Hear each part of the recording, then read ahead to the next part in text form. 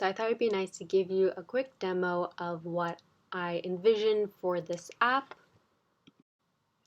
What you're looking at right now is just a visual representation, a prototype, and not the developed version. That's something that I'll be working on in the future. I just want to have my functions and ideas fleshed out before I start coding. So when the user is first introduced to the app, there will be this short carousel to kind of welcome the user and give a overall explanation of what the app is, some demo screens, and so on and so forth. It's a little underdeveloped currently. I want it to be more intuitive and explicit, so that's something I'll be continuing to improve upon. Otherwise, once you go through the currently 3 screens, you land on the home page. The home page has 4 tabs. Each tab has a theme, for example, basic, red word, homophone, and the last one being more customizable, mine. Now each tab has an X amount of sets, and each set has an X amount of cards. The cards display a word correlated with the theme of the set or umbrella idea of the tab. Each word is going to have a fun illustration, as you can see with example cards I created for weather. And in addition, there will be an audio recording for each word so that the user not only gets a visual representation, but also the word is enforced using sound. I have a Google spreadsheet where I'm organizing which words will be the most helpful for the users to learn by looking at how common the word is and how challenging the spelling is. In addition, for each set, I'm going to try to organize them so that each set has roughly 10 to 15 words. What you're seeing right now on the screen is the showcase mode where the user can just click the card and quickly go through the set one by one, while also listening to the audio, of course. In any case, each set has a quiz mode where the user can, quiz themselves on the spelling. And the coolest part of this is that the app doesn't use keyboards. Instead, it uses machine learning to decipher what character the user is writing using their finger in order to provide the user with a more stimulating experience spelling the word instead of just typing it out. For the quiz, you go through all the words in the set, and for the words you have trouble with, you can keep going, and the quiz will only test you on those words. That way, you only have to spend your time on the words you have more trouble spelling.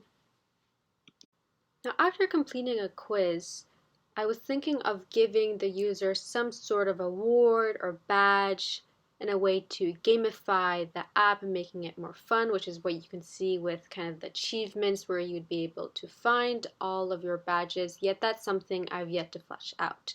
In any case, each section has a mini quiz, but there's also a review quiz for the entire tab where all the words in that category will be tested so that the user can make sure that they really do know the spelling or just to review them in the future. The other tabs have a very similar, if not identical, layout, the only difference being what types of sets and what words are shown. I decided to do red words and homophones because I remember having a lot of trouble with those two, and I'm sure I'm not the only one.